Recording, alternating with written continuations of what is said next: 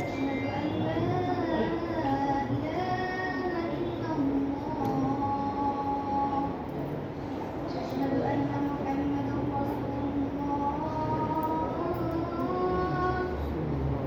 أشهد أن محمدا رسول الله. حي على الصلاة. حي على الصلاة. حي على الفلاح. حي على الفلاح. الله أكبر الله أكبر. لا إله إلا الله.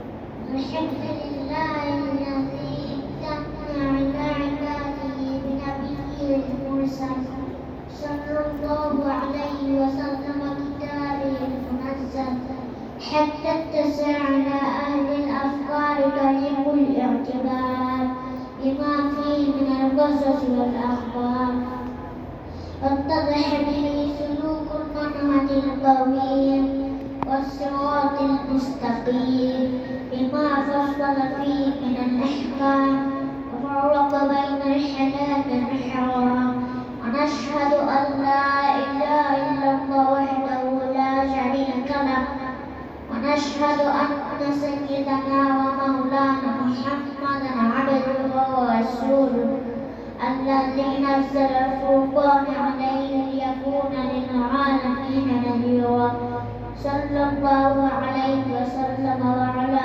آله وصحبه الذين تذكر بالقرآن تذكر به الناس تذكيرا أما بعد فقد قال رسول الله صلى الله عليه وسلم خيركم من تعلم القرآن وعلمه وقال عليه الصلاة والسلام يقال لصاحب القرآن اقرأ وارتقي ورتل كما كنت ترتل في الدنيا فإن منزلتك عند آخر آية تقرأها وقال عليه الصلاة والسلام إن الذي ليس في جوفه شيء من القرآن كالبلد الخريف وقال عليه الصلاة والسلام ما قرأ حرفا من كتاب الله تعالى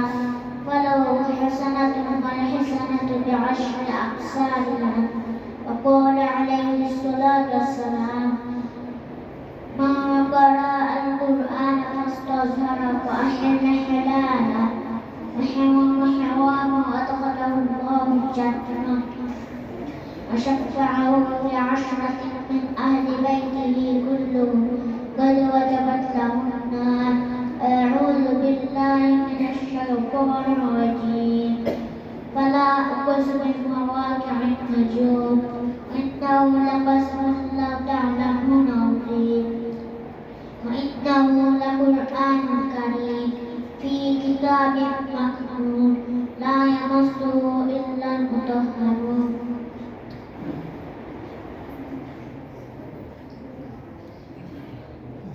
لله يستعينه واستغفره ونعوذ بالله من شرور أنفسنا من يهد الله فلا مضل له ومن يضلل فلا هادي له وأشهد أن لا إله إلا الله وحده لا شريك له وأشهد أن محمدا عبده ورسوله أرسله بالحق بشيرا ونذيرا بين يدي الساعة من يطع الله ورسوله فقد رشد ومن يعصهما فإنه لا يضر إلا نفسه ولا يضر الله شيئا أعوذ بالله من الشيطان الرجيم إن الله وملائكته يصلون على النبي يا أيها الذين آمنوا صلوا عليه وسلموا تسليما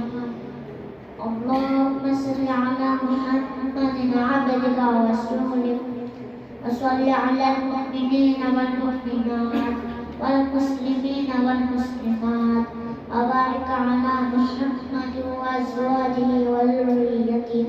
قال النبي صلى الله عليه وسلم أوحد أمتي بأمتي أبو بكر وشك في أمر الله عمر وأصدقهم حياء عثمان وأقضاهم علي وفاطمة سيدة نساء أهل الجنة وحمزة أسد الله وأسد رسوله.